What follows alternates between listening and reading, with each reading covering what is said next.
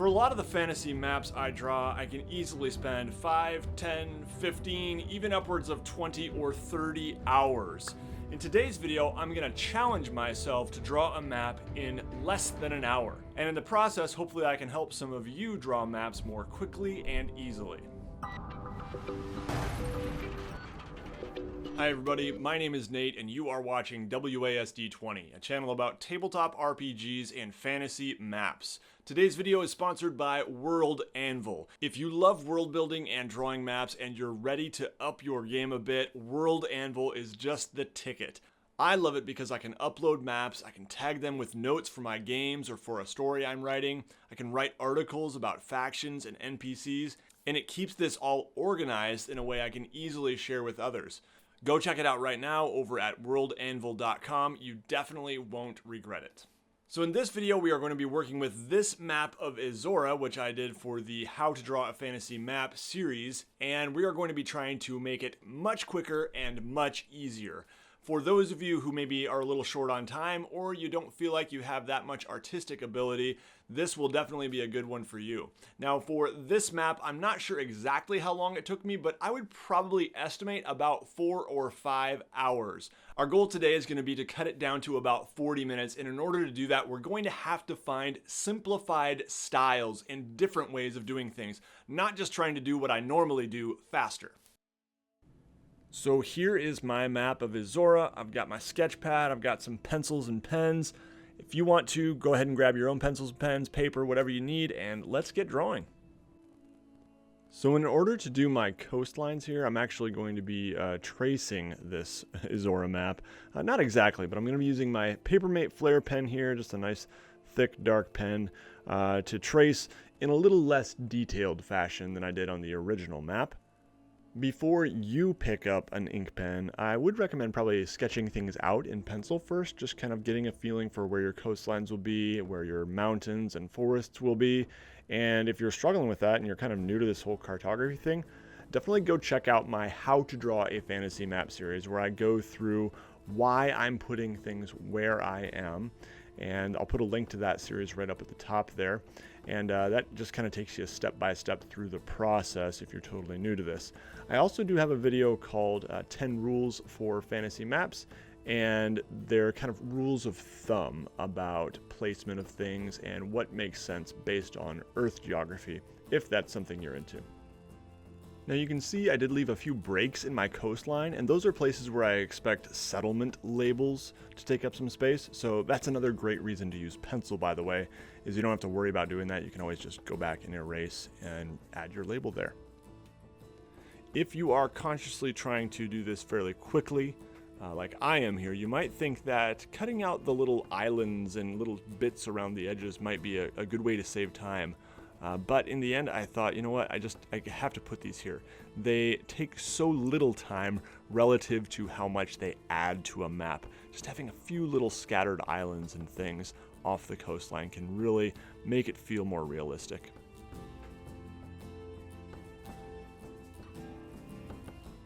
Now at this point, you do see me switching my pen. I used 2 pens for this whole map. I was just trying to keep it really simple and not do lots of switching back and forth between.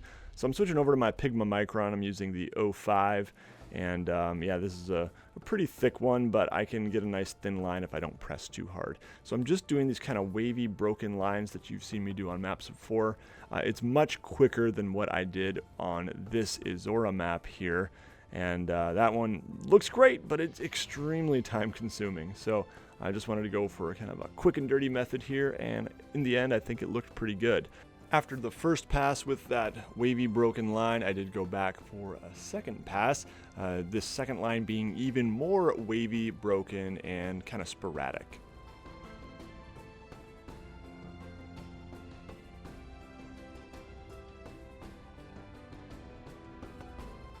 Alright, next up we are going to be drawing in our settlements. Now, it often makes sense to do your geographical features first, your mountains and forests and rivers and lakes and things like that, because those sorts of things often determine where your settlements will be.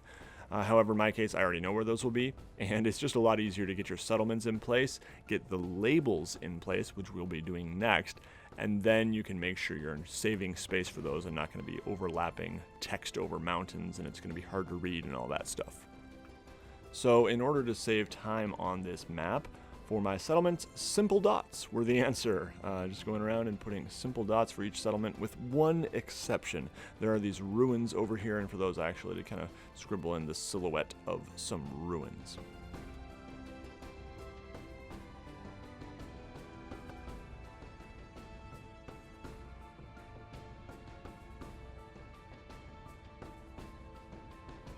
For the actual text, I'm just printing in all caps, trying to keep it small, trying to keep it quick, not go overboard and trying to be too neat. And then for some of the like mountain ranges and stuff like that, I am drawing some very light guides with my pencil, just maybe a light curved line where I want the label for a mountain range to go, and then trying to space it out over that curve in the same all caps text.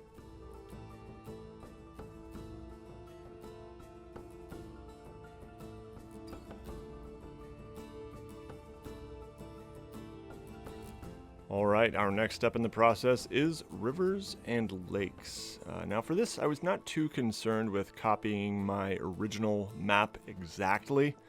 I just kind of wanted to get in a rough idea of where the rivers and lakes are there.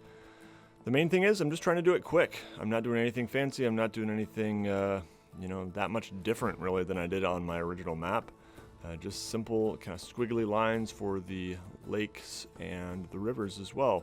I am doing the exact same kind of wave lines, sort of, in the lakes, but it's a pretty small area, so it's hard to really tell what's going on there. Just doing some lines in there, I guess.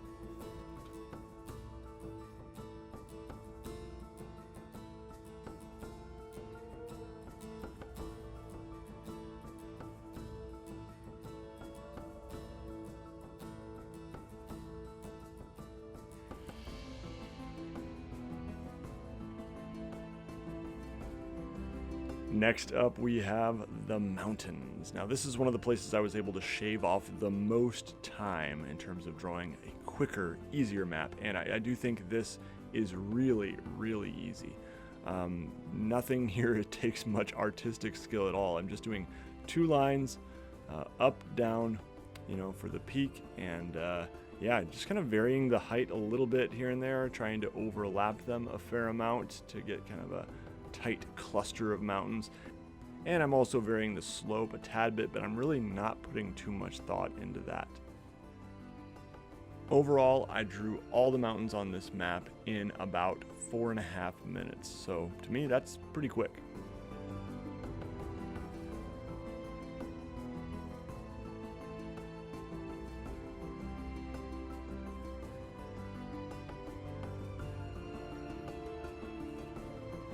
For shading my mountains, I'm going back to the thicker Papermate Flare pen that I used on the coastlines, and I am just taking this and doing some solid shading here along the right side of each mountain. I'm just drawing a straight line, not getting fancy with all these kind of, craggy ridge lines and all this stuff. Just keeping it very simple. I'd say I'm covering about 30 to 40% of each mountain with my shading. Now I do want to keep the focus on really easy tools that you probably already have around the house for the most part here, but I couldn't resist just showing you these really cool pens that I got a couple years back. These are gray watercolor brush pens. I'll put a link if I can find it down in the video description, and they are so effective in making quick, good-looking maps. The shading like this with the mountains, I think it just looks great. You can do the same thing with a pencil for sure, but if you want to work in ink and do so in a way that's really quick, these are great. And you can also do trees with these. I first learned this technique from Ben from Questing Beast, and yeah, it's just super quick and it gives that really detailed individual tree look. Really nice.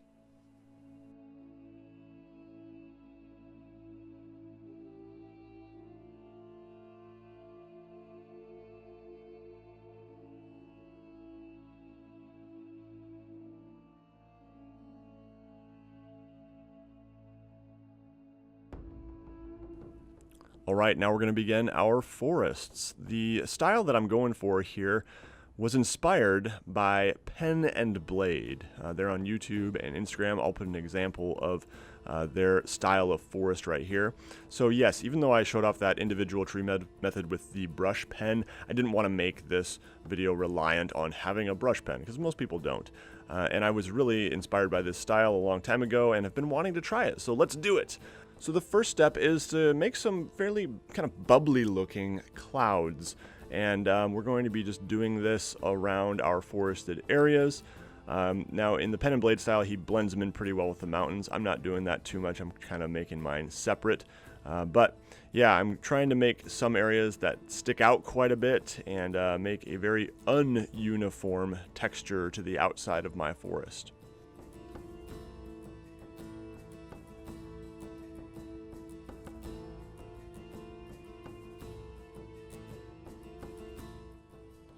Our next step with the forest is going to be to hatch in some little tree trunks along the bottom edge, wherever you would see the bottom edge. I'm making these pretty sparsely populated. I'm not doing super dense, tight hatching, and I am ever so slightly pointing the bottoms of these tree trunks toward the middle of the forest.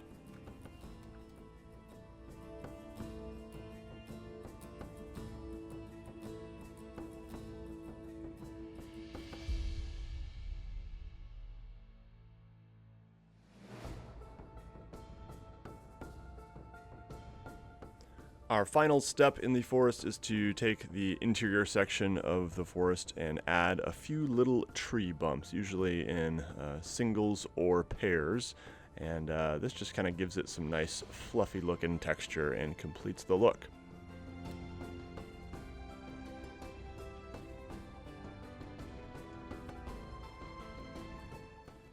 Alright, so for this one, as we're finishing up the forest here, this is a natural place that you definitely could stop. But I am going to go on, I'm going to be doing a compass rose and a border.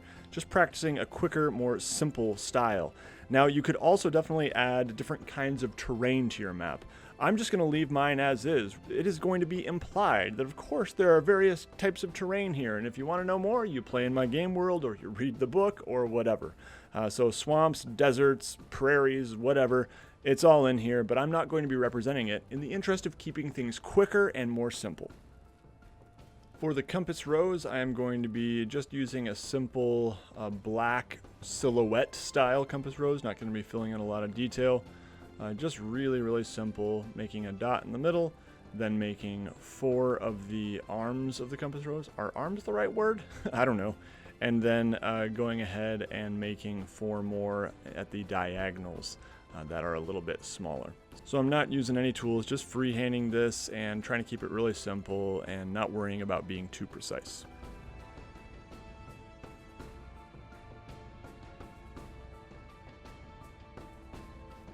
Decided to try a quicker border than I normally do. I've done maps where I spend anywhere from 30 minutes to 2 hours just on the border. This one right here, very simple, using my straight edge, took me less than 4 minutes. So yeah, I think it adds a little something to the map.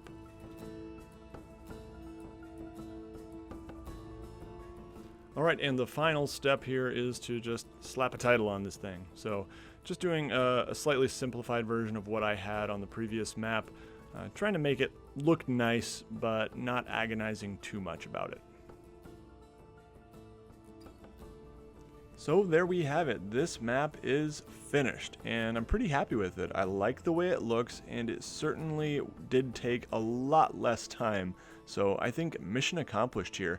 Total camera rolling time clocked in at 45 minutes for me, but I would subtract some time probably for messing with focus, moving a camera here or there, and things like that, and put it right around the 40-minute mark. So pretty good.